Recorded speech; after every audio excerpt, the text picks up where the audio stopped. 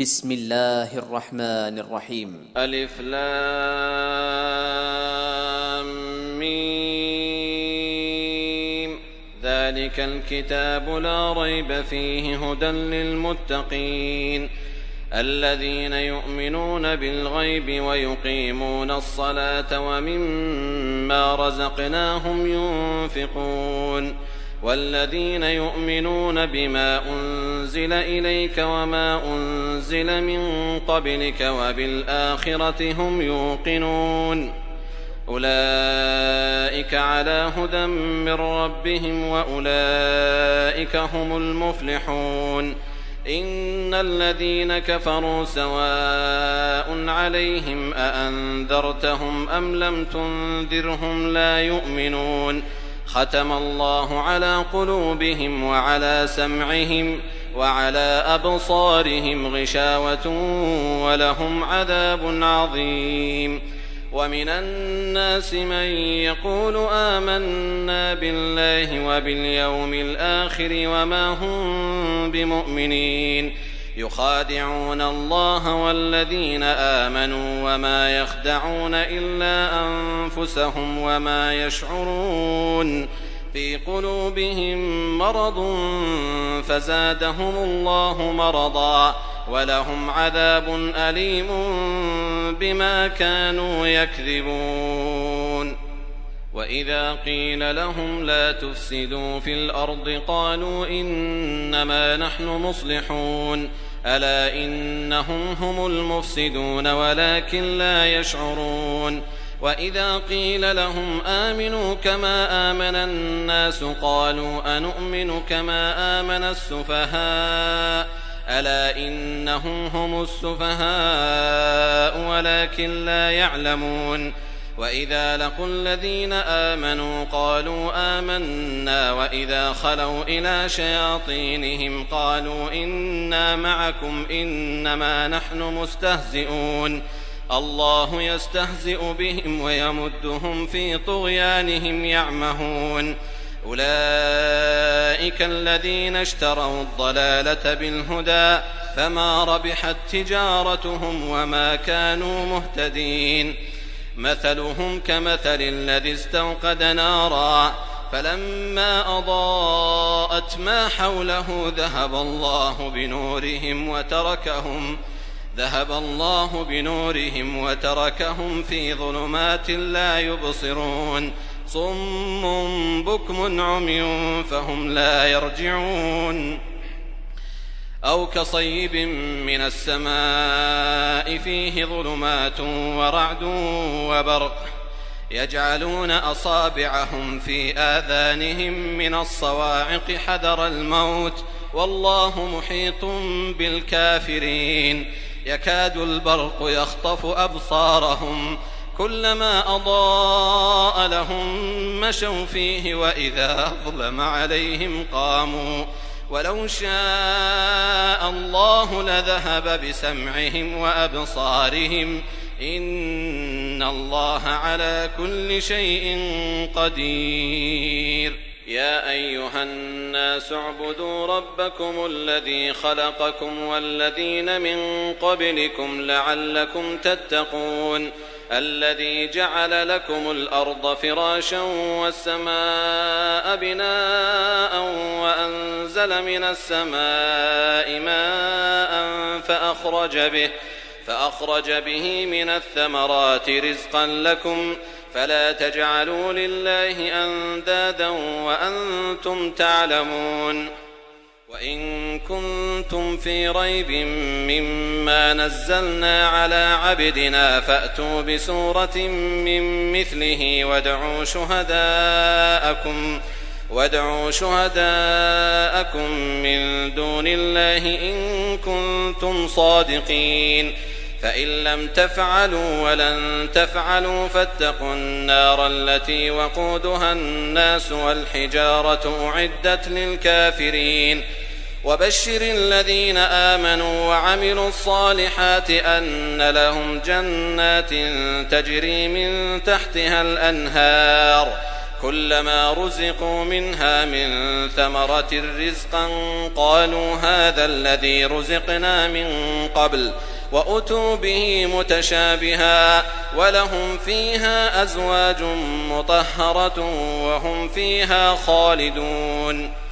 إن الله لا يستحيي أن يضرب مثلا ما بعوضة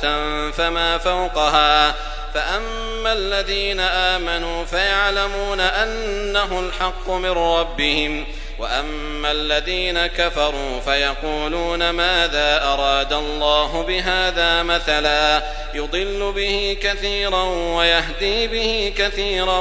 وما يضل به إلا الفاسقين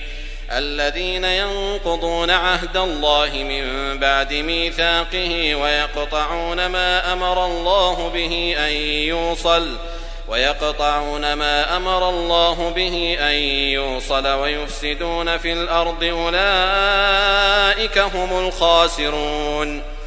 كيف تكفرون بالله وكنتم أمواتا فأحياكم ثم يميتكم ثم يحييكم ثم إليه ترجعون هو الذي خلق لكم ما في الأرض جميعا ثم استوى إلى السماء فسواهن 7 سماوات وهو بكل شيء عليم وإذ قال ربك للملائكة إني جاعل في الأرض خليفة قالوا أتجعل فيها من يفسد فيها ويسفك الدماء ونحن نسبح بحمدك ونقدس لك قال إني أعلم ما لا تعلمون وعلم آدم الأسماء كلها ثم عرضهم على الملائكة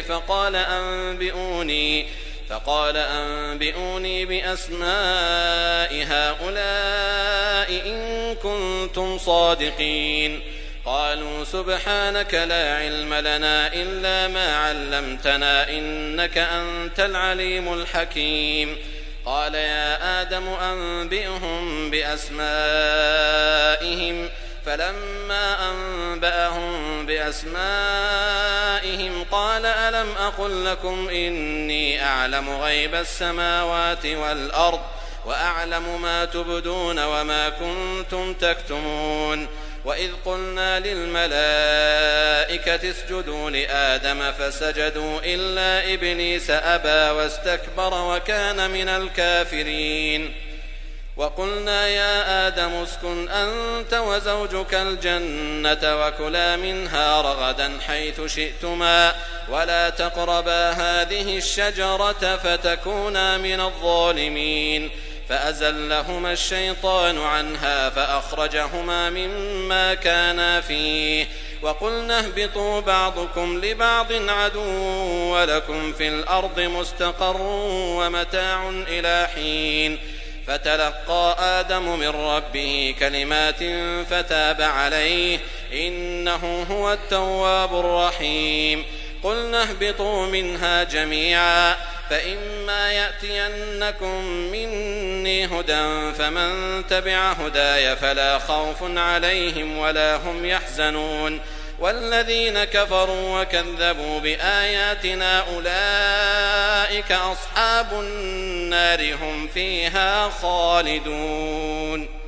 يا بني إسرائيل اذكروا نعمتي التي أنعمت عليكم وأوفوا بعهدي أوف بعهدكم وإياي فارهبون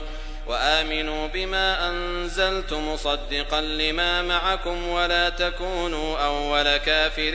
به ولا تشتروا بآياتي ثمنا قليلا وإياي فاتقون ولا تلبسوا الحق بالباطل وتكتموا الحق وأنتم تعلمون وأقيموا الصلاة وآتوا الزكاة واركعوا مع الراكعين أتأمرون الناس بالبر وتنسون أنفسكم وأنتم تتلون الكتاب أفلا تعقلون واستعينوا بالصبر والصلاة وإنها لكبيرة إلا على الخاشعين الذين يظنون أنهم ملاقو ربهم وأنهم إليه راجعون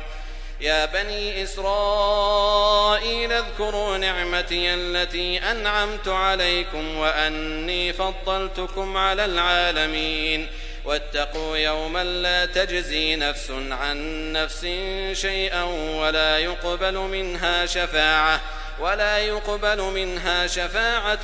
ولا يؤخذ منها عدل ولا هم ينصرون وإذ نجيناكم من آل فرعون يسومونكم سوء العذاب يذبحون أبناءكم ويستحيون نساءكم وفي ذلكم بلاء من ربكم عظيم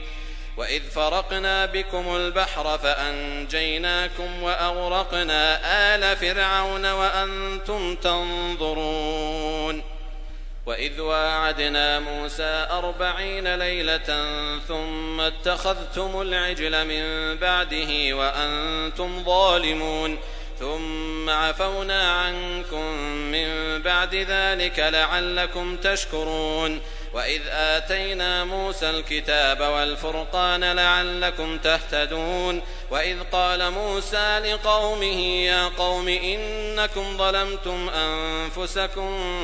باتخاذكم العجل فتوبوا إلى بارئكم فاقتلوا أنفسكم ذلكم خير لكم عند بارئكم فتاب عليكم إنه هو التواب الرحيم وإذ قلتم يا موسى لن نؤمن لك حتى نرى الله جهرة فأخذتكم الصاعقة وأنتم تنظرون ثم بعثناكم من بعد موتكم لعلكم تشكرون وظللنا عليكم الغمام وأنزلنا عليكم المن والسلوى كلوا من طيبات ما رزقناكم وما ظلمونا ولكن كانوا أنفسهم يظلمون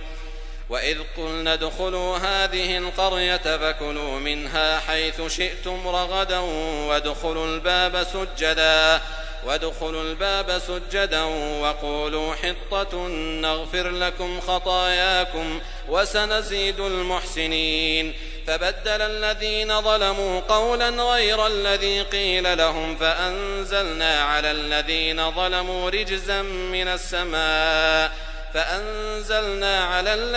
ظلموا رجزا من السماء بما كانوا يفسقون وإذ استسقى موسى لقومه فقلنا اضرب بعصاك الحجر فانفجرت منه 12 عينا قد علم كل أناس مشربهم كلوا واشربوا من رزق الله ولا تعثوا في الأرض مفسدين وإذ قلتم يا موسى لن نصبر على طعام واحد فادع لنا ربك يخرج لنا مما تنبت الأرض من بقلها وقثائها وفومها وعدسها وبصلها قال أتستبدلون الذي هو أدنى بالذي هو خير اهبطوا مصرا فإن لكم ما سألتم وضربت عليهم الذلة والمسكنة وباءوا بغضب من الله ذلك بأنهم كانوا يكفرون بآيات الله ويقتلون النبيين بغير الحق ذلك بما عصوا وكانوا يعتدون إن الذين آمنوا والذين هادوا والنصارى والصابئين من آمن بالله واليوم الآخر وعمل صالحا فلهم أجرهم عند ربهم ولا خوف عليهم ولا هم يحزنون وإذ أخذنا ميثاقكم ورفعنا فوقكم الطور خذوا ما آتيناكم بقوة واذكروا ما فيه لعلكم تتقون ثم توليتم من بعد ذلك فلولا فضل الله عليكم ورحمته لكنتم من الخاسرين ولقد علمتم الذين اعتدوا منكم في السبت فقلنا لهم كونوا قردة خاسئين فجعلناها نكالا لما بين يديها وما خلفها وموعظة للمتقين. وإذ قال موسى لقومه إن الله يأمركم أن تذبحوا بقرة قالوا أتتخذنا هزوا قال أعوذ بالله أن أكون من الجاهلين. قالوا ادع لنا ربك يبين لنا ما هي قال إنه يقول إنها بقرة لا فارض ولا بكر عوان بين ذلك فافعلوا ما تؤمرون. قالوا ادع لنا ربك يبين لنا ما لونها قال إنه يقول إنها بقرة صفراء فاقع لونها تسر الناظرين. قالوا ادع لنا ربك يبين لنا ما هي إن البقرة شابه علينا وإنا إن شاء الله لمهتدون. قال إنه يقول إنها بقرة لا ذلول تثير الأرض ولا تسقي الحرث مسلمة لا شية فيها. قالوا الآن جئت بالحق فذبحوها وما كادوا يفعلون. وإذ قتلتم نفسا فادارأتم فيها والله مخرج ما كنتم تكتمون. فقلنا اضربوه ببعضها كذلك يحيي الله الموتى ويريكم آياته لعلكم تعقلون. ثم قست قلوبكم من بعد ذلك فهي كالحجارة أو أشد قسوة وإن من الحجارة لما يتفجر منه الأنهار وإن منها لما يشقق فيخرج منه الماء وإن منها لما يهبط من خشية الله وما الله بغافل عما تعملون. أفتطمعون أن يؤمنوا لكم وقد كان فريق منهم يسمعون كلام الله ثم يحرفونه من بعد ما عقلوه وهم يعلمون. وإذا لقوا الذين آمنوا قالوا آمنا وإذا خلا بعضهم إلى بعض قالوا أتحدثونهم بما فتح الله عليكم ليحاجوكم به عند ربكم أفلا تعقلون. أولا يعلمون أن الله يعلم ما يسرون وما يعلنون. ومنهم أميون لا يعلمون الكتاب إلا أماني وإن هم إلا يظنون. فويل للذين يكتبون الكتاب بأيديهم ثم يقولون هذا من عند الله ليشتروا به ثمنا قليلا فويل لهم مما كتبت أيديهم وويل لهم مما يكسبون. وقالوا لن تمسنا النار إلا أياما معدودة قل أتخذتم عند الله عهدا فلن يخلف الله عهده أم تقولون على الله ما لا تعلمون. بلى من كسب سيئة وأحاطت به خطيئته فأولئك أصحاب النار هم فيها خالدون. والذين آمنوا وعملوا الصالحات أولئك أصحاب الجنة هم فيها خالدون.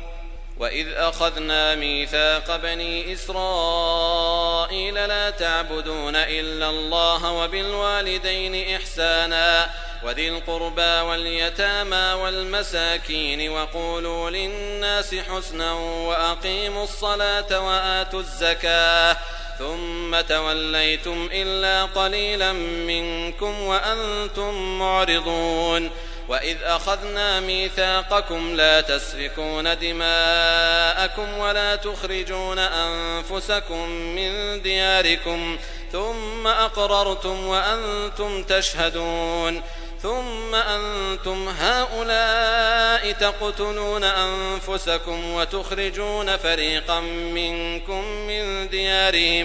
من ديارهم تظاهرون عليهم بالإثم والعدوان وإن يأتوكم أسارى تفادوهم وهو محرم عليكم إخراجهم أفتؤمنون ببعض الكتاب وتكفرون ببعض فما جزاء من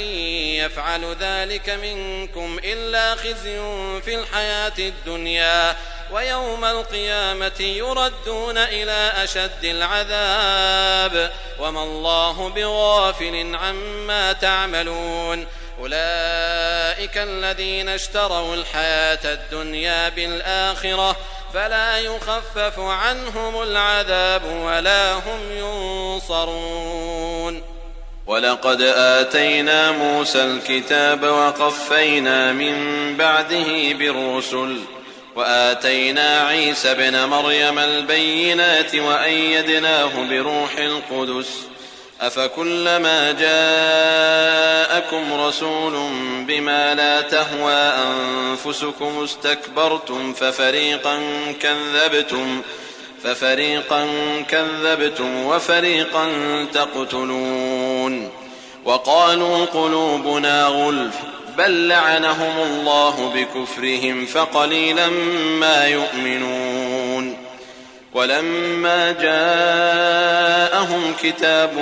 من عند الله مصدق لما معهم وكانوا من قبل يستفتحون على الذين كفروا فلما جاءهم ما عرفوا كفروا به فلعنة الله على الكافرين. بئس ما اشتروا به أنفسهم أن يكفروا بما أنزل الله بغيا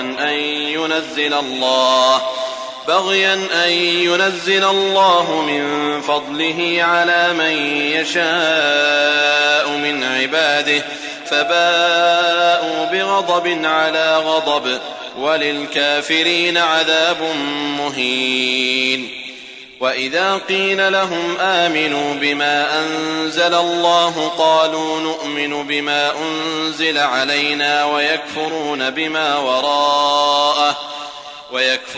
بما وراءه وهو الحق مصدقا لما معهم قل فلم تقتلون أنبياء الله من قبل إن كنتم مؤمنين. ولقد جاءكم موسى بالبينات ثم اتخذتم العجل من بعده وأنتم ظالمون. وإذ أخذنا ميثاقكم ورفعنا فوقكم الطور خذوا ما آتيناكم بقوة واسمعوا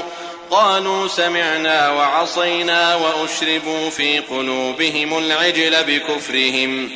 قل بئس ما يأمركم به إيمانكم إن كنتم مؤمنين. قل إن كانت لكم الدار الآخرة عند الله خالصة من دون الناس فتمنوا الموت إن كنتم صادقين ولن يتمنوه أبدا بما قدمت أيديهم والله عليم بالظالمين. ولتجدنهم أحرص الناس على حياة ومن الذين أشركوا يود أحدهم لو يعمر 1000 سنة وما هو بمزحزحه من العذاب أن يعمر والله بصير بما يعملون.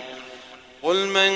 كان عدوا لجبريل فإنه نزله على قلبك بإذن الله مصدقا لما بين يديه وهدى وبشرى للمؤمنين.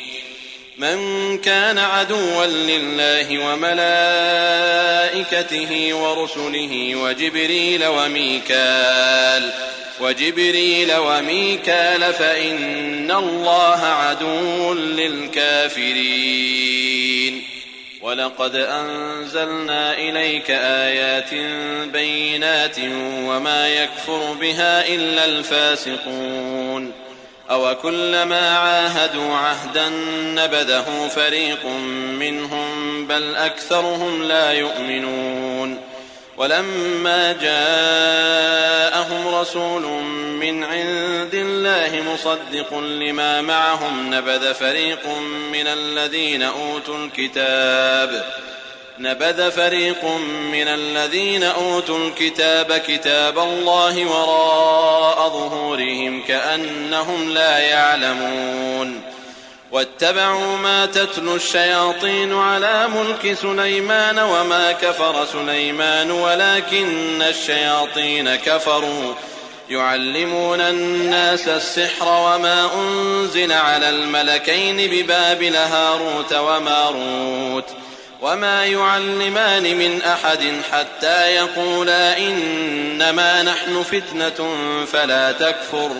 فيتعلمون منهما ما يفرقون به بين المرء وزوجه وما هم بضارين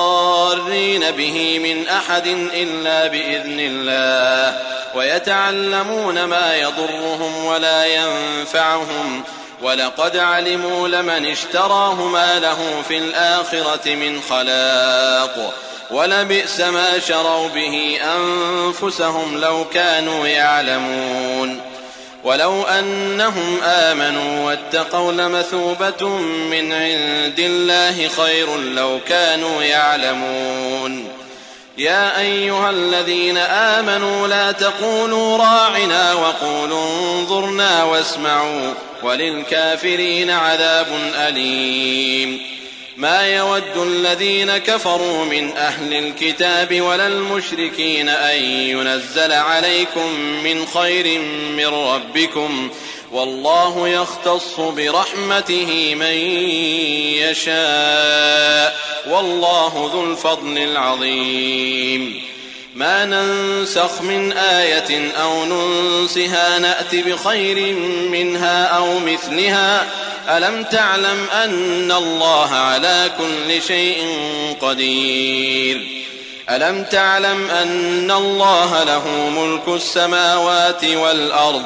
وما لكم من دون الله من ولي ولا نصير أم تريدون أن تسألوا رسولكم كما سئل موسى من قبل ومن يتبدل الكفر بالإيمان فقد ضل سواء السبيل ود كثير من أهل الكتاب لو يردونكم من بعد إيمانكم كفارا حسدا من عند أنفسهم من بعد ما تبين لهم الحق فاعفوا واصفحوا حتى يأتي الله بأمره إن الله على كل شيء قدير وأقيموا الصلاة وآتوا الزكاة وما تقدموا لأنفسكم من خير تجدوه عند الله إن الله بما تعملون بصير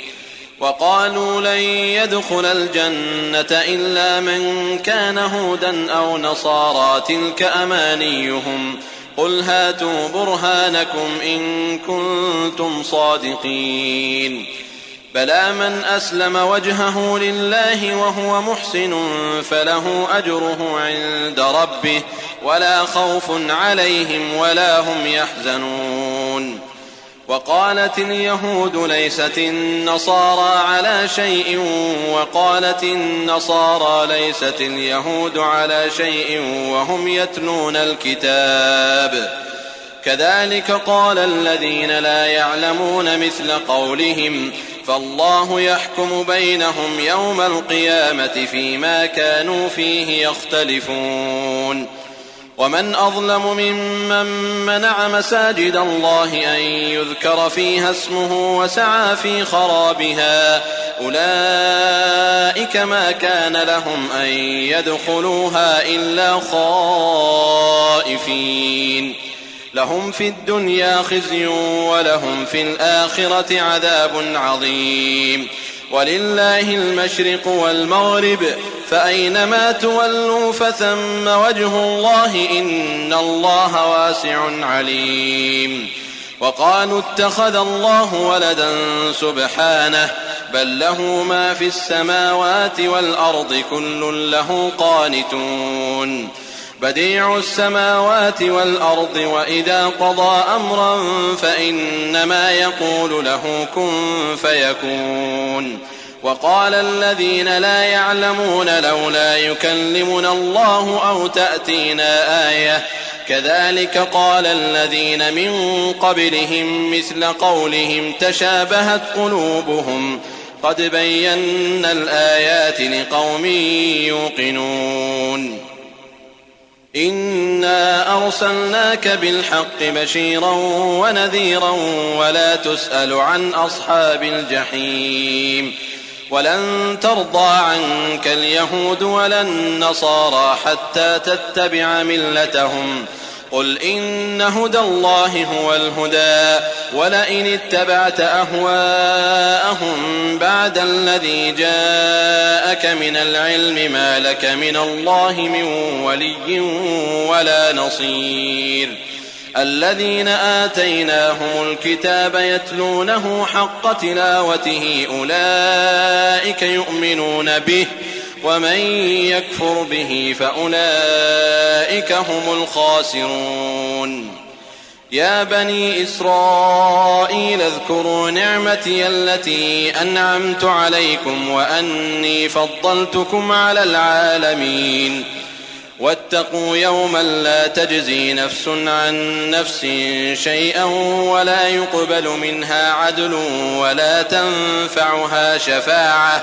ولا يقبل منها عدل ولا تنفعها شفاعة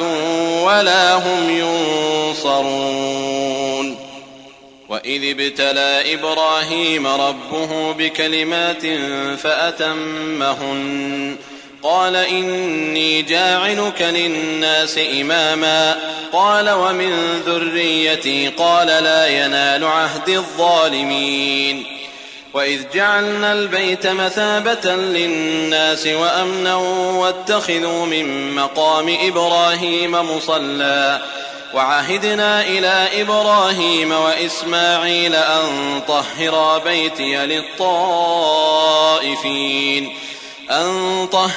بيتي للطائفين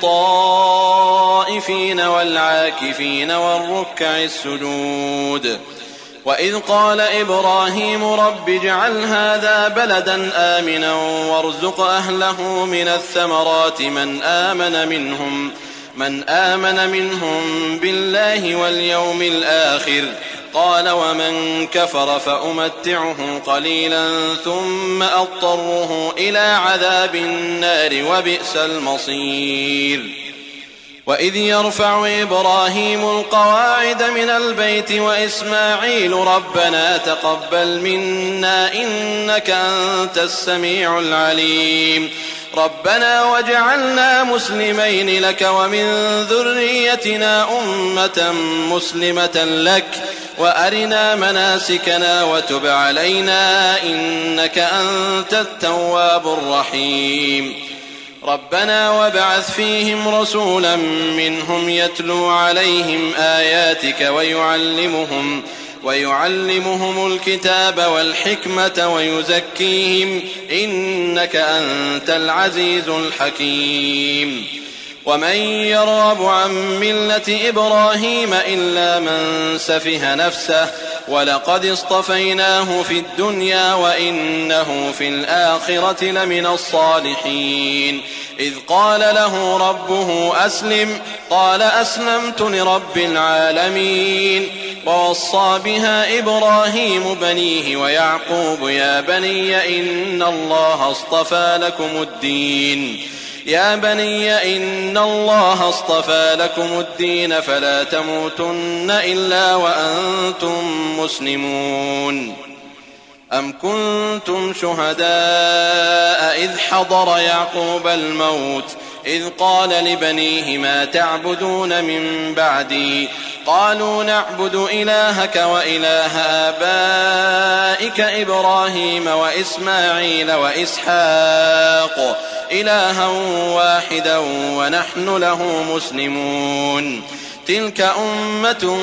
قد خلت لها ما كسبت ولكم ما كسبتم ولا تسألون عما كانوا يعملون.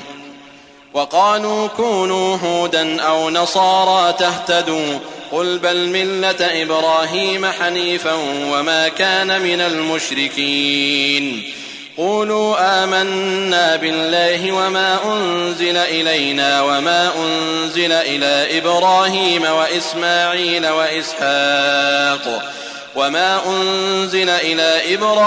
وإسماعيل وإسحاق ويعقوب والأسباط وما أوتي موسى وعيسى وما أوتي النبيون من ربهم لا نفرق بين أحد منهم ونحن له مسلمون. فإن آمنوا بمثل ما آمنتم به فقد اهتدوا وإن تولوا فإنما هم في شقاق فسيكفيكهم الله وهو السميع العليم. صبغة الله ومن أحسن من الله صبغة ونحن له عابدون. قل أتحاجوننا في الله وهو ربنا وربكم ولنا أعمالنا ولكم أعمالكم ونحن له مخلصون. أم تقولون إن إبراهيم وإسماعيل وإسحاق ويعقوب والأسباط كانوا هودا أو نصارى قل أأنتم أعلم أم الله ومن أظلم ممن كتم شهادة عنده من الله وما الله بغافل عما تعملون. تلك أمة قد خلت لها ما كسبت ولكم ما كسبتم ولا تسألون عما كانوا يعملون. سيقول السفهاء من الناس ما ولاهم عن قبلتهم التي كانوا عليها قل لله المشرق والمغرب يهدي من يشاء إلى صراط مستقيم. وكذلك جعلناكم أمة وسطا لتكونوا شهداء على الناس ويكون الرسول عليكم شهيدا. وما جعلنا القبلة التي كنت عليها إلا لنعلم من يتبع الرسول ممن ينقلب على عقبيه وإن كانت لكبيرة إلا على الذين هدى الله وما كان الله ليضيع إيمانكم إن الله بالناس لرؤوف رحيم. قد نرى تقلب وجهك في السماء فلنولينك قبلة ترضاها فول وجهك شطر المسجد الحرام وحيث ما كنتم فولوا وجوهكم شطره وإن الذين أوتوا الكتاب ليعلمون أنه الحق من ربهم وما الله بغافل عما يعملون. ولئن أتيت الذين أوتوا الكتاب بكل آية ما تبعوا قبلتك وما أنت بتابع قبلتهم وما بعضهم بتابع قبلة بعض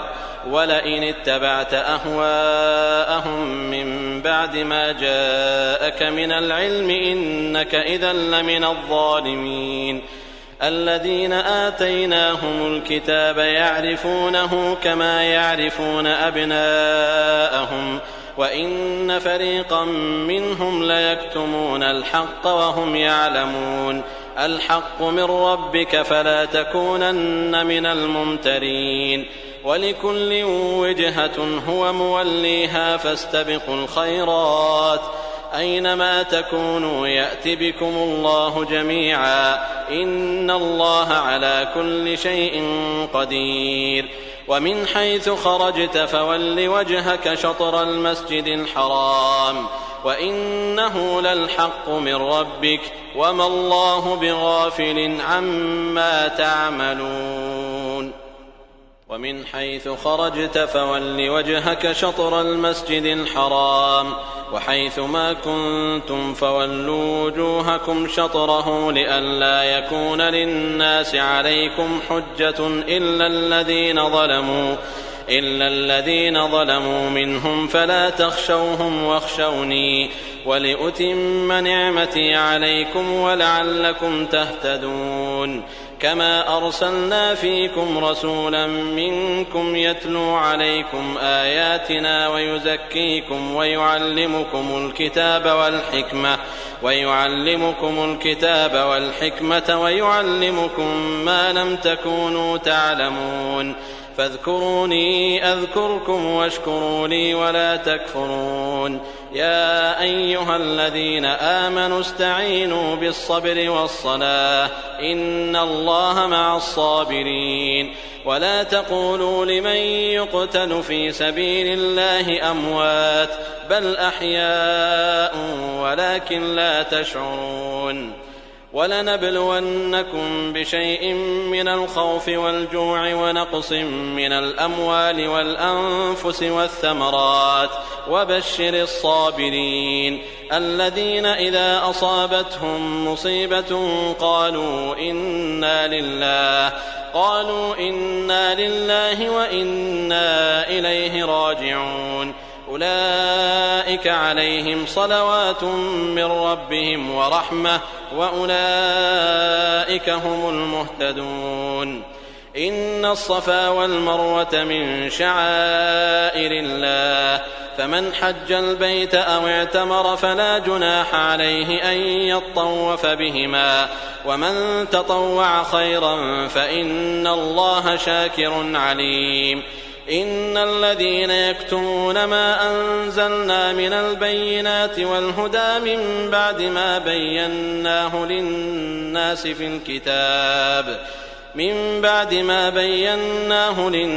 في الكتاب أولئك يلعنهم الله ويلعنهم اللاعنون إلا الذين تابوا وأصلحوا وبينوا فأولئك أتوب عليهم وأنا التواب الرحيم إن الذين كفروا وماتوا وهم كفار أولئك عليهم لعنة الله والملائكة والناس أجمعين خالدين فيها لا يخفف عنهم العذاب ولا هم ينظرون وإلهكم إله واحد لا إله إلا هو الرحمن الرحيم إن في خلق السماوات والأرض واختلاف الليل والنهار والفلك التي تجري في البحر بما ينفع الناس وما أنزل الله من السماء من ماء فأحيا به الأرض بعد موتها وبث فيها من كل دابة وتصريف الرياح والسحاب المسخر بين السماء والأرض لآيات لقوم يعقلون ومن الناس من يتخذ من دون الله أندادا يحبونهم كحب الله والذين آمنوا أشد حبا لله ولو يرى الذين ظلموا إذ يرون العذاب أن القوة لله جميعا وأن الله شديد العذاب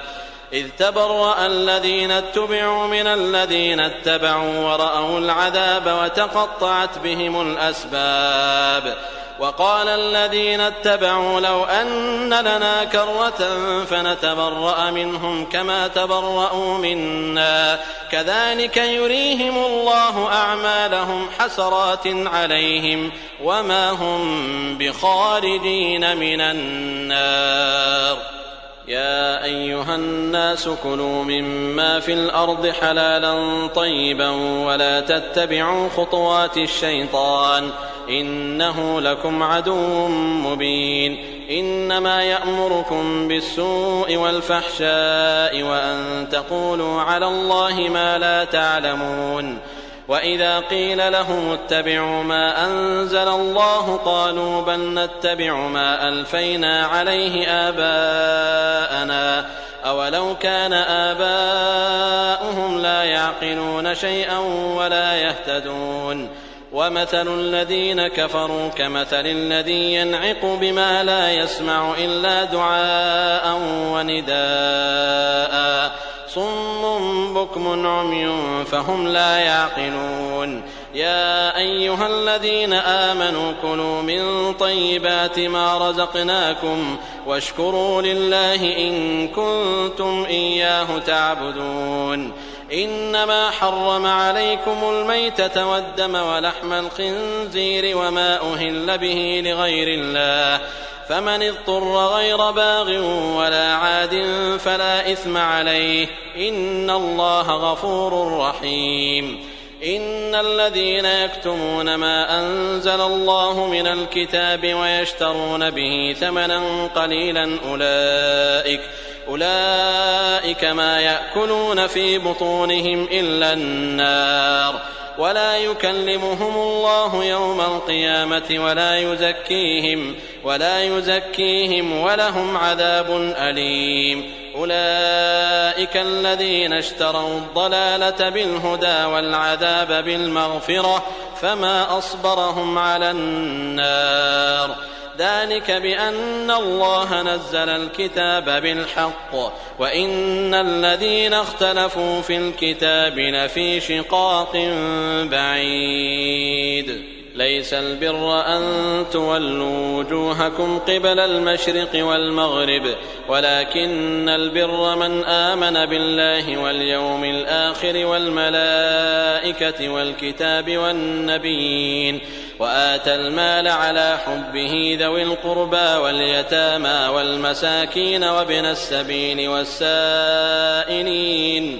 والسائلين وفي الرقاب وأقام الصلاة وآتى الزكاة والموفون بعهدهم إذا عاهدوا والصابرين في البأساء والضراء وحين البأس أولئك الذين صدقوا وأولئك هم المتقون يا أيها الذين آمنوا كتب عليكم القصاص في القتلى الحر بالحر والعبد بالعبد والأنثى بالأنثى فمن عفي له من أخيه شيء فاتباع بالمعروف وأداء إليه بإحسان ذلك تخفيف من ربكم ورحمة فمن اعتدى بعد ذلك فله عذاب أليم ولكم في القصاص حياة يا أولي الألباب لعلكم تتقون كتب عليكم إذا حضر أحدكم الموت إن ترك خيرا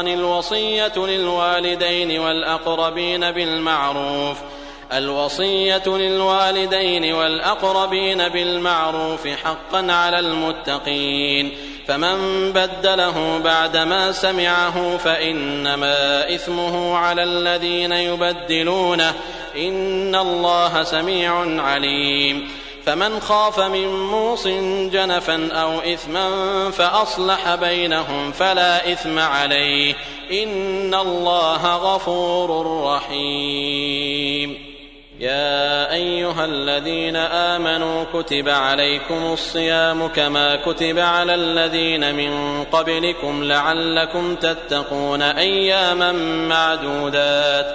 فمن كان منكم مريضا أو على سفر فعدة من أيام أخر وعلى الذين يطيقونه فدية طعام مسكين فمن تطوع خيرا فهو خير له وأن تصوموا خير لكم إن كنتم تعلمون شهر رمضان الذي أنزل فيه القرآن هدى للناس وبينات من الهدى والفرقان فمن شهد منكم الشهر فليصم ومن كان مريضا أو على سفر فعدة من أيام أخر يريد الله بكم اليسر ولا يريد بكم العسر ولتكملوا العدة ولتكبروا الله على ما هداكم ولعلكم تشكرون وإذا سألك عبادي عني فإني قريب أجيب دعوة الداع إذا دعان فليستجيبوا لي وليؤمنوا بي لعلهم يرشدون أحل لكم ليلة الصيام الرفث إلى نسائكم هن لباس لكم وأنتم لباس لهن علم الله أنكم كنتم تختانون أنفسكم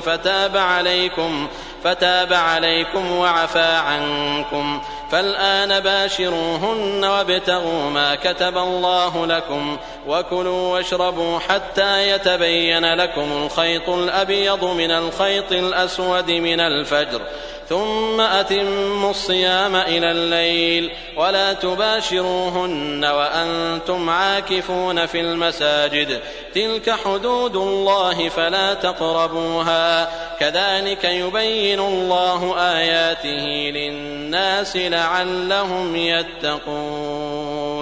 ولا تأكلوا أموالكم بينكم بالباطل وتدلوا بها إلى الحكام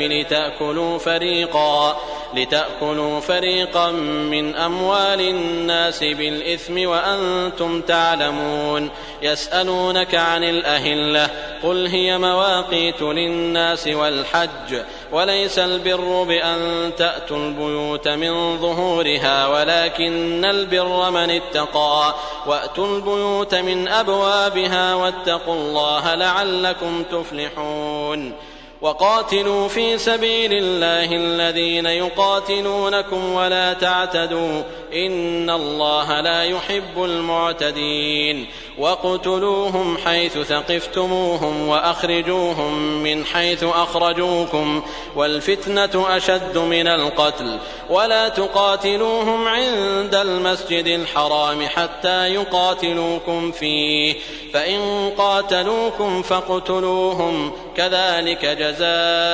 الكافرين. فإن انتهوا فإن الله غفور رحيم. وقاتلوهم حتى لا تكون فتنة ويكون الدين لله، فإن انتهوا فلا عدوان إلا على الظالمين. الشهر الحرام بالشهر الحرام والحرمات قصاص، فمن اعتدى عليكم فاعتدوا عليه بمثل ما اعتدى عليكم، واتقوا الله واعلموا أن الله مع المتقين.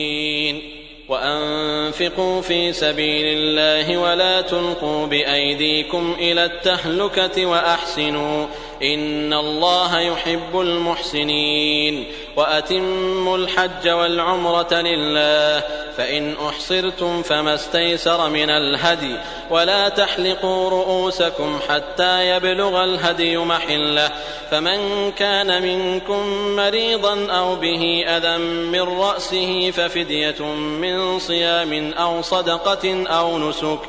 فإذا أمنتم فمن تمتع بالعمرة إلى الحج فما استيسر من الهدي، فمن لم يجد فصيام 3 أيام في الحج و7 إذا رجعتم، تلك 10 كاملة، ذلك لمن لم يكن أهله حاضر المسجد الحرام. واتقوا الله واعلموا أن الله شديد العقاب. الحج أشهر معلومات، فمن فرض فيهن الحج فلا رفث ولا فسوق ولا جدال في الحج، وما تفعلوا من خير يعلمه الله، وتزودوا فإن خير الزاد التقوى، واتقون يا أولي الألباب. ليس عليكم جناح أن تبتغوا فضلا من ربكم، فإذا أفضتم من عرفات فاذكروا الله عند المشعر الحرام، واذكروه كما هداكم، وإن كنتم من قبله لمن الضالين. ثم أفيضوا من حيث أفاض الناس واستغفروا الله، إن الله غفور رحيم. فإذا قضيتم مناسككم فاذكروا الله كذكركم آباءكم أو أشد ذكرا، فمن الناس من يقول ربنا آتنا في الدنيا وما له في الآخرة من خلاق، ومنهم من يقول ربنا آتنا في الدنيا حسنة وفي الآخرة حسنة وقنا عذاب النار. أولئك لهم نصيب مما كسبوا والله سريع الحساب. واذكروا الله في أيام معدودات فمن تعجل في يومين فلا إثم عليه ومن تأخر فلا إثم عليه لمن اتقى واتقوا الله واعلموا أنكم إليه تحشرون. ومن الناس من يعجبك قوله في الحياة الدنيا ويشهد الله على ما في قلبه وهو ألد الخصام وإذا تولى سعى في الأرض ليفسد فيها ويهلك الحرث والنسل والله لا يحب الفساد. وإذا قيل له اتق الله أخذته العزة بالإثم فحسبه جهنم ولبئس المهاد. ومن الناس من يشري نفسه ابتغاء مرضات الله والله رؤوف بالعباد. يا أيها الذين آمنوا ادخلوا في السلم كافة ولا تتبعوا خطوات الشيطان إنه لكم عدو مبين. فإن زللتم من بعد ما جاءتكم البينات فاعلموا أن الله عزيز حكيم. هل ينظرون إلا أن يأتيهم الله في ظلل من الغمام والملائكة وقضي الأمر وإلى الله ترجع الأمور. سل بني إسرائيل كم آتيناهم من آية بينة ومن يبدل نعمة الله من بعد ما جاءته فإن الله شديد العقاب. زين للذين كفروا الحياة الدنيا ويسخرون من الذين آمنوا والذين اتقوا فوقهم يوم القيامة والله يرزق من يشاء بغير حساب.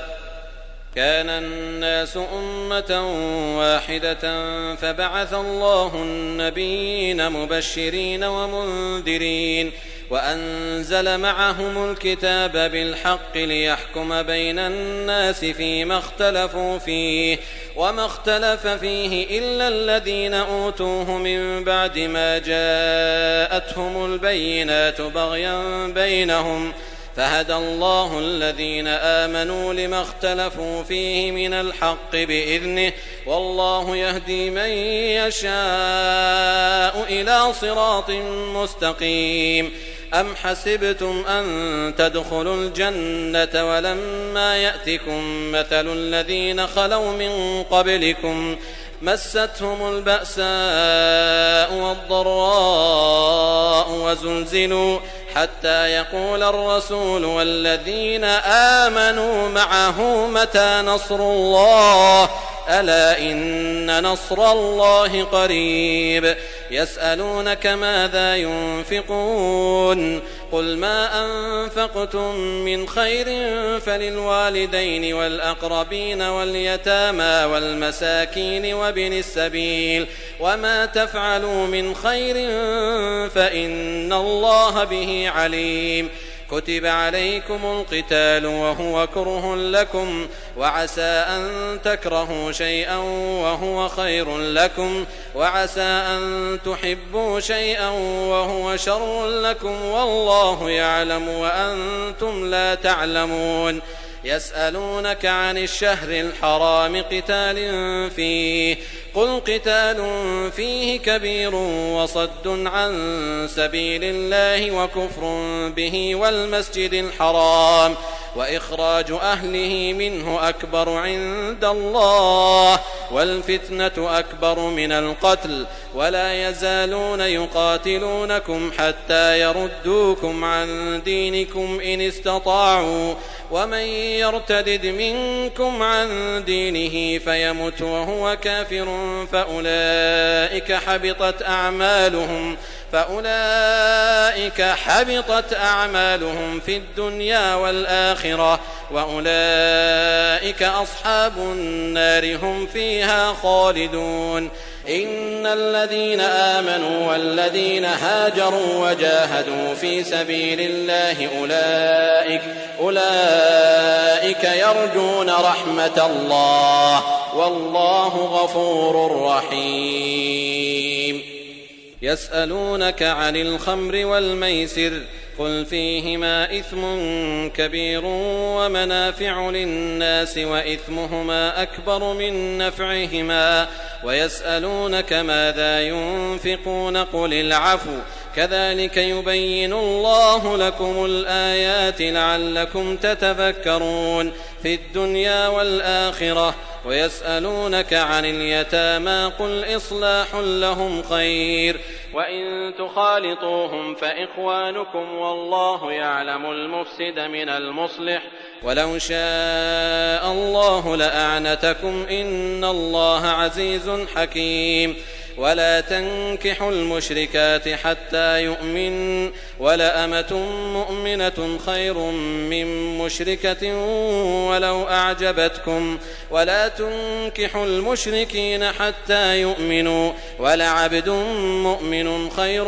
من مشرك ولو أعجبكم أولئك يدعون إلى النار والله يدعو إلى الجنة والمغفرة بإذنه ويبين آياته للناس لعلهم يتذكرون. ويسألونك عن المحيض قل هو أذى فاعتزلوا النساء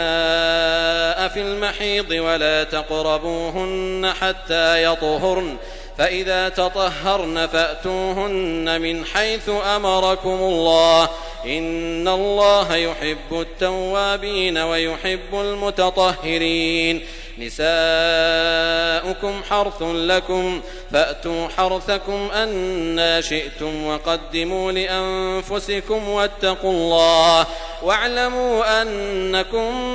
ملاقوه وبشر المؤمنين. ولا تجعلوا الله عرضة لأيمانكم أن تبروا وتتقوا وتصلحوا بين الناس والله سميع عليم. لا يؤاخذكم الله باللغو في أيمانكم ولكن يؤاخذكم بما كسبت قلوبكم والله غفور حليم. للذين يؤلون من نسائهم تربص 4 أشهر فإن فاءوا فإن الله غفور رحيم. وإن عزموا الطلاق فإن الله سميع عليم. والمطلقات يتربصن بأنفسهن 3 قروء ولا يحل لهن أن يكتمن ما خلق الله في أرحامهن إن كن يؤمن بالله واليوم الآخر وبعولتهن أحق بردهن في ذلك إن أرادوا إصلاحا ولهن مثل الذي عليهن بالمعروف وللرجال عليهن درجة والله عزيز حكيم. الطلاق 2 فإمساك بمعروف أو تسريح بإحسان. ولا يحل لكم أن تأخذوا مما آتيتموهن شيئا إلا أن يخافا ألا يقيما حدود الله فإن خفتم ألا يقيما حدود الله فلا جناح عليهما فيما افتدت به تلك حدود الله فلا تعتدوها ومن يتعد حدود الله فأولئك هم الظالمون. فإن طلقها فلا تحل له من بعد حتى تنكح زوجا غيره فإن طلقها فلا جناح عليهما أن يتراجعا إن ظنا أن يقيما حدود الله وتلك حدود الله يبينها لقوم يعلمون. وإذا طلقتم النساء فبلغن أجلهن فأمسكوهن بمعروف أو سرحوهن بمعروف ولا تمسكوهن ضرارا لتعتدوا ومن يفعل ذلك فقد ظلم نفسه. ولا تتخذوا آيات الله هزوا واذكروا نعمة الله عليكم وما أنزل عليكم من الكتاب والحكمة يعظكم به واتقوا الله واعلموا أن الله بكل شيء عليم. وإذا طلقتم النساء فبلغن أجلهن فلا تعضلوهن أن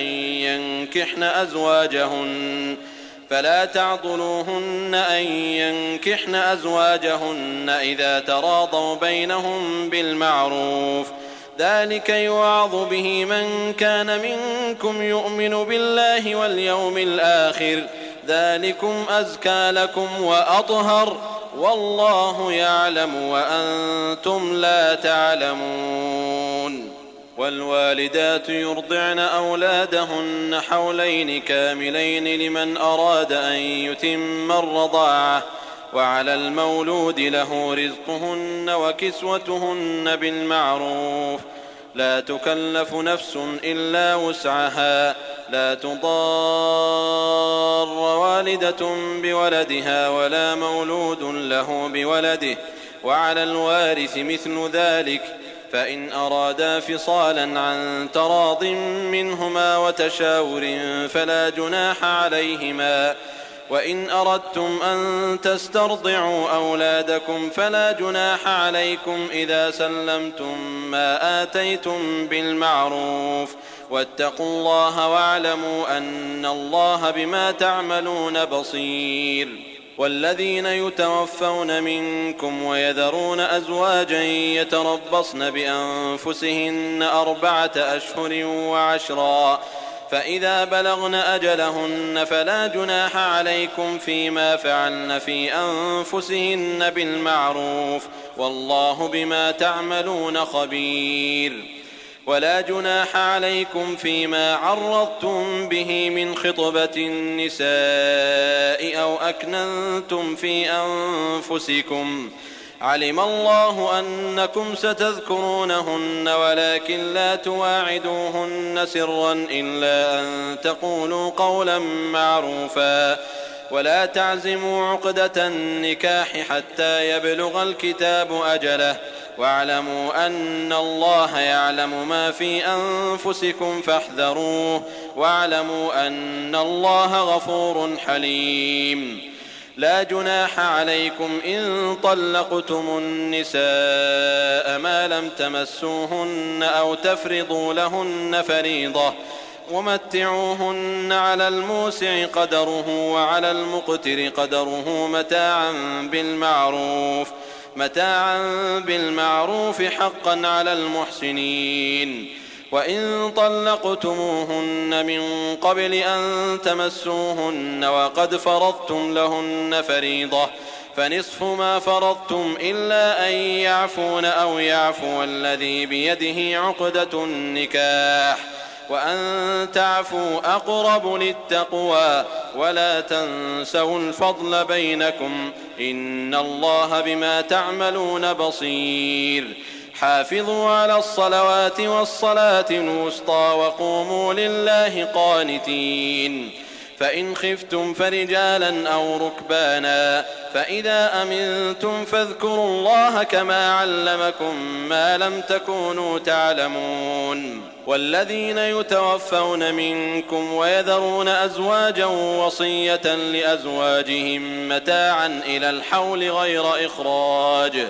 فإن خرجن فلا جناح عليكم فيما فعلن في أنفسهن من معروف والله عزيز حكيم. وللمطلقات متاع بالمعروف حقا على المتقين. كذلك يبين الله لكم آياته لعلكم تعقلون. ألم تر إلى الذين خرجوا من ديارهم وهم ألوف حذر الموت فقال لهم الله موتوا ثم أحياهم إن الله لذو فضل على الناس ولكن أكثر الناس لا يشكرون. وقاتلوا في سبيل الله واعلموا أن الله سميع عليم. من ذا الذي يقرض الله قرضا حسنا فيضاعفه له أضعافا كثيرة والله يقبض ويبسط وإليه ترجعون. ألم تر إلى الملأ من بني إسرائيل من بعد موسى إذ قالوا لنبي لهم ابعث لنا ملكا نقاتل في سبيل الله قال هل عسيتم إن كتب عليكم القتال ألا تقاتلوا قالوا وما لنا ألا نقاتل في سبيل الله وقد أخرجنا من ديارنا وأبنائنا فلما كتب عليهم القتال تولوا إلا قليلا منهم والله عليم بالظالمين. وقال لهم نبيهم إن الله قد بعث لكم طالوت ملكا قالوا أنى يكون له الملك علينا ونحن أحق بالملك منه ولم يؤت سعة من المال قال إن الله اصطفاه عليكم وزاده بسطة في العلم والجسم والله يؤتي ملكه من يشاء والله واسع عليم.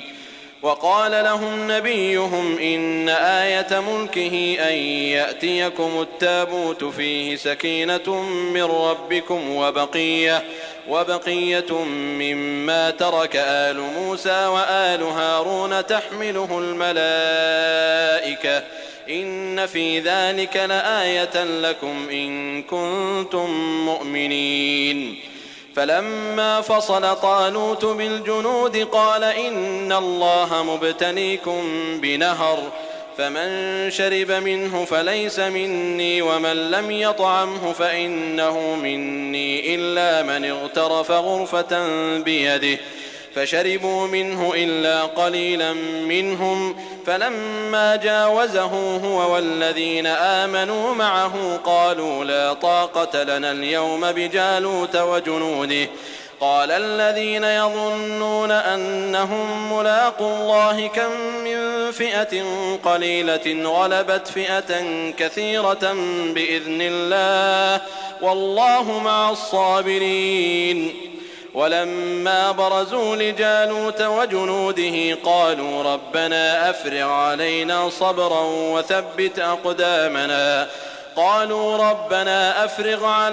صبرا وثبت أقدامنا وانصرنا على القوم الكافرين. فهزموهم بإذن الله وقتل داود جالوت وآتاه الله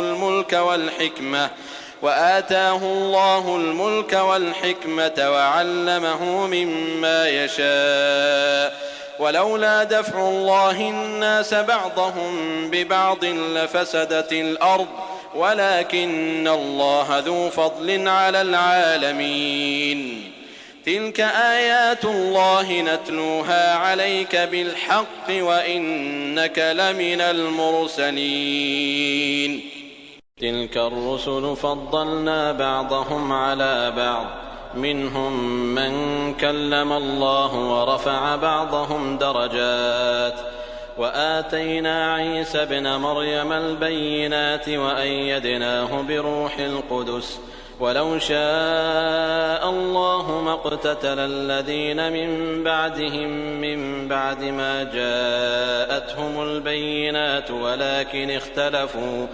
فمنهم من آمن ومنهم من كفر ولو شاء الله ما اقتتلوا ولكن الله يفعل ما يريد.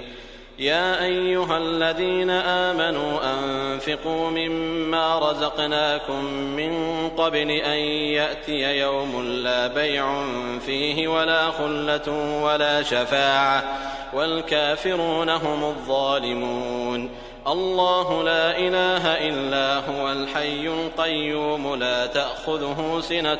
ولا نوم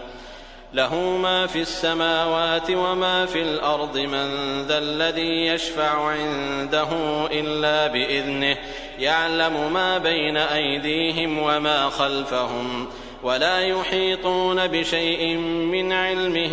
إلا بما شاء وسع كرسيه السماوات والأرض ولا يؤوده حفظهما وهو العلي العظيم.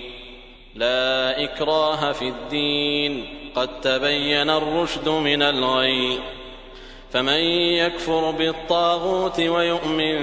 بالله فقد استمسك بالعروة الوثقى لا انفصام لها والله سميع عليم. الله ولي الذين آمنوا يخرجهم من الظلمات إلى النور والذين كفروا أولياؤهم الطاغوت يخرجونهم من النور إلى الظلمات أولئك أصحاب النار هم فيها خالدون. ألم تر إلى الذي حاج إبراهيم في ربه أن آتاه الله الملك إذ قال إبراهيم ربي الذي يحيي ويميت قال أنا أحيي وأميت قال إبراهيم فإن الله يأتي بالشمس من المشرق فأت بها من المغرب فبهت الذي كفر والله لا يهدي القوم الظالمين. أو كالذي مر على قرية وهي خاوية على عروشها قال أنى يحيي هذه الله بعد موتها فأماته الله 100 عام ثم بعثه قال كم لبثت قال لبثت يوما أو بعض يوم قال بل لبثت 100 عام فانظر إلى طعامك وشرابك لم يتسنه وانظر إلى حمارك ولنجعلك آية للناس وانظر إلى العظام كيف ننشزها ثم نكسوها لحما فلما تبين له قال أعلم أن الله على كل شيء قدير. وإذ قال إبراهيم رب أرني كيف تحيي الموتى قال أولم تؤمن قال بلى ولكن ليطمئن قلبي قال فخذ 4 من الطير فصرهن إليك ثم اجعل على كل جبل منهن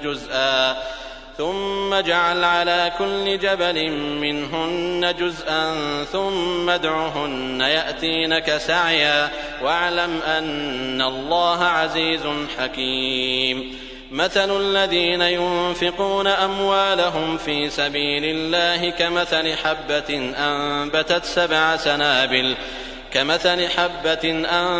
7 سنابل في كل سنبلة 100 حبة والله يضاعف لمن يشاء والله واسع عليم. الذين ينفقون أموالهم في سبيل الله ثم لا يتبعون ما أنفقوا منا ولا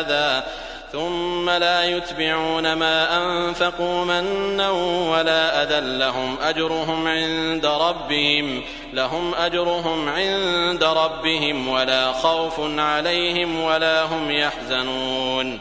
قول معروف ومغفرة خير من صدقة يتبعها أذى والله غني حليم. يا أيها الذين آمنوا لا تبطلوا صدقاتكم بالمن والأذى كالذي ينفق ماله رئاء الناس ولا يؤمن بالله واليوم الآخر فمثله كمثل صفوان عليه تراب فأصابه وابل فتركه صلدا لا يقدرون على شيء مما كسبوا والله لا يهدي القوم الكافرين. ومثل الذين ينفقون أموالهم ابتغاء مرضات الله وتثبيتا من أنفسهم كمثل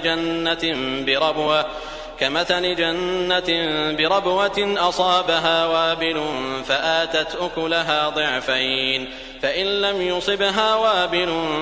فطل والله بما تعملون بصير. أيود أحدكم أن تكون له جنة من نخيل وأعناب تجري من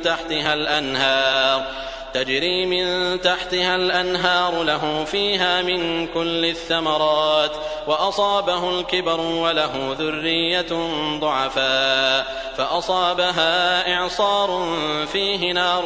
فاحترقت كذلك يبين الله لكم الآيات لعلكم تتفكرون. يا أيها الذين آمنوا أنفقوا من طيبات ما كسبتم ومما أخرجنا لكم من الأرض ولا تيمموا الخبيث منه تنفقون ولستم بآخذيه إلا أن تغمضوا فيه واعلموا أن الله غني حميد. الشيطان يعدكم الفقر ويأمركم بالفحشاء والله يعدكم مغفرة منه وفضلا والله واسع عليم. يؤتي الحكمة من يشاء ومن يؤت الحكمة فقد أوتي خيرا كثيرا وما يذكر إلا أولو الألباب. وما أنفقتم من نفقة أو نذرتم من نذر فإن الله يعلمه وما للظالمين من أنصار. إن تبدوا الصدقات فنعما هي وإن تخفوها وتؤتوها الفقراء فهو خير لكم ويكفر عنكم من سيئاتكم والله بما تعملون خبير.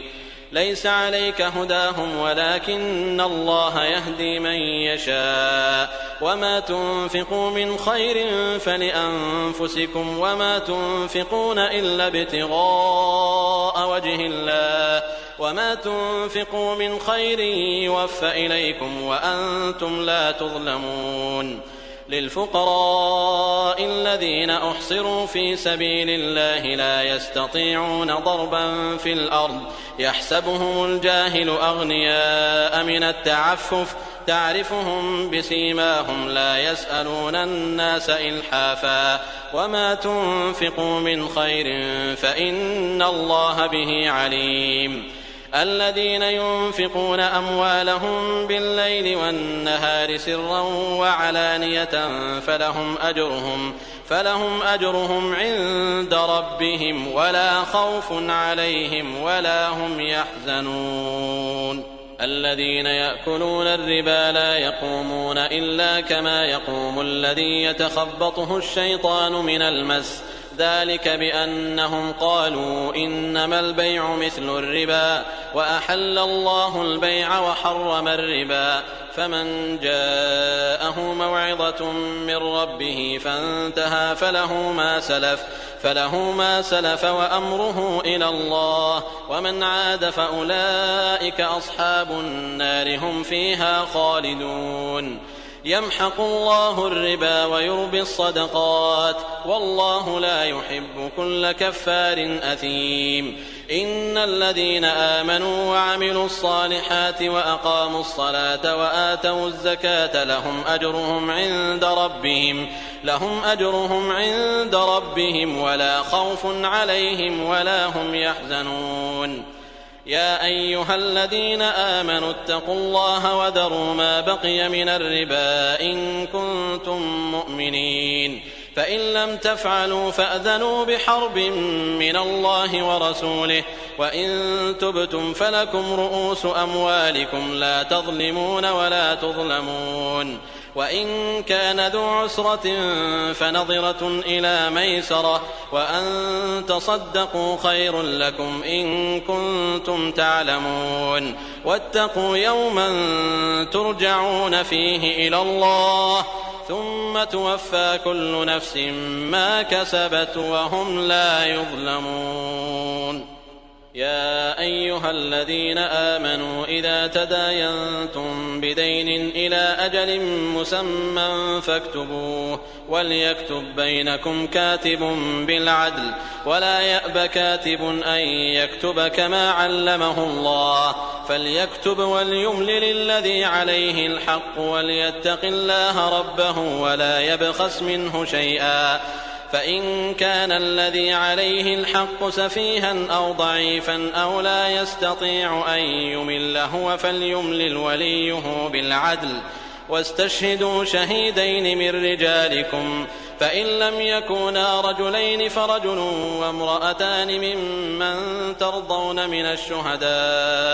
ممن ترضون من الشهداء أن تضل إحداهما فتذكر إحداهما الأخرى ولا يأبى الشهداء إذا ما دعوا ولا تسأموا أن تكتبوه صغيرا أو كبيرا إلى أجله ذلكم أقسط عند الله وأقوم للشهادة وأدنى ألا ترتابوا إلا أن تكون تجارة حاضرة تديرونها بينكم فليس عليكم جناح ألا تكتبوها وأشهدوا إذا تبايعتم ولا يضار